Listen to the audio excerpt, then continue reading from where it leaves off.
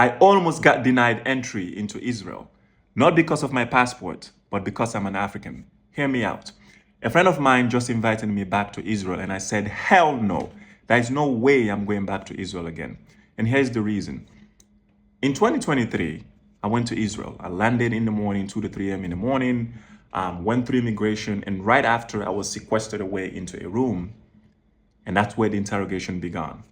4 hours, 4 hours of being interrogated. Initially, I felt the questions were normal, the typical stuff.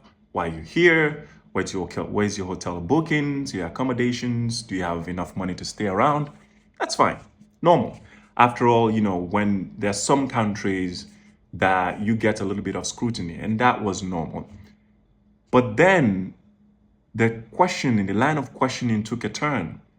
Now they're asking me about my name. It sounded weird. My background, my origin. And then at some point I started to even buy in. I was like, okay, listen, it's a Jewish state. My name sounded Muslim, so no worries. They're even questioning what's my grandfather's name, right? Is he a Muslim? That kind of questions. No worries. Went along it. I was not even disturbed at that moment.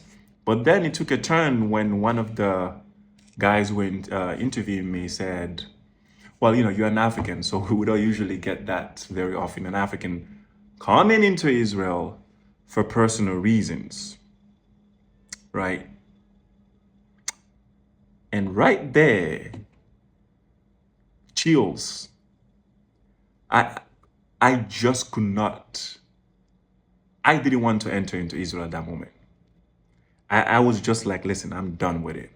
So you're telling me all this questioning, it's because I'm an African with a blue passport, right? You would think that my American passport, if there's anywhere my American passport would take me without a headache, you would think Israel would be that country. But no, no, no, no, no, no. Because I'm also African. I have an accent, so you can easily detect that, right? So for me, it felt weird.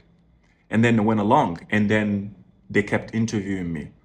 Couple of people came into the room. They kept coming back one after the other. So it felt like an interrogation. It felt like I was a person of interest. It felt targeted.